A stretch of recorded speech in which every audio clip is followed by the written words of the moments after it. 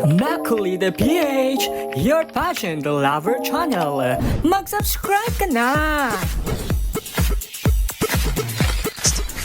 Mainit na naman ang usapan ngayon sa mundo ng pageantry matapos ma-involve ang pambato ng Pilipinas na si Atisa Manalo sa kontrobersyang may kaugnayan sa isang online gaming app na tinatawag na Playtime.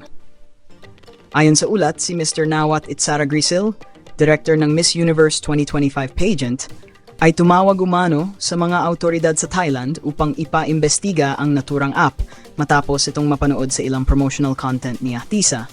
Ang nasabing app ay sinasabing may elemento ng online casino na mahigpit na ipinagbabawal sa Thailand.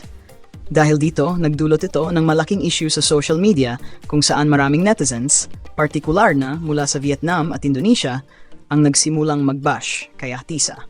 Tinawag pa na nga siya ng ilan bilang Miss Online Gambling 2025, bagay na mariing kinontra ng mga Filipino fans na ipinagtatanggol ang kanilang pambato.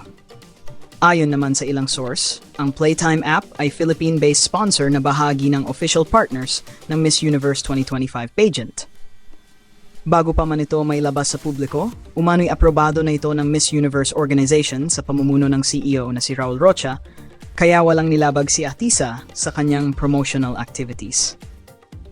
Sa kabila ng issue, nananatiling kalmado si Atisa at patuloy na nakakatanggap ng suporta mula sa mga Pilipino at ilang international fans. Para sa marami, isa lang itong patunay kung gaano kalaki ang impact ng kandidata sa kompetisyon dahil sa bawat galaw niya, lahat ay nakamasid.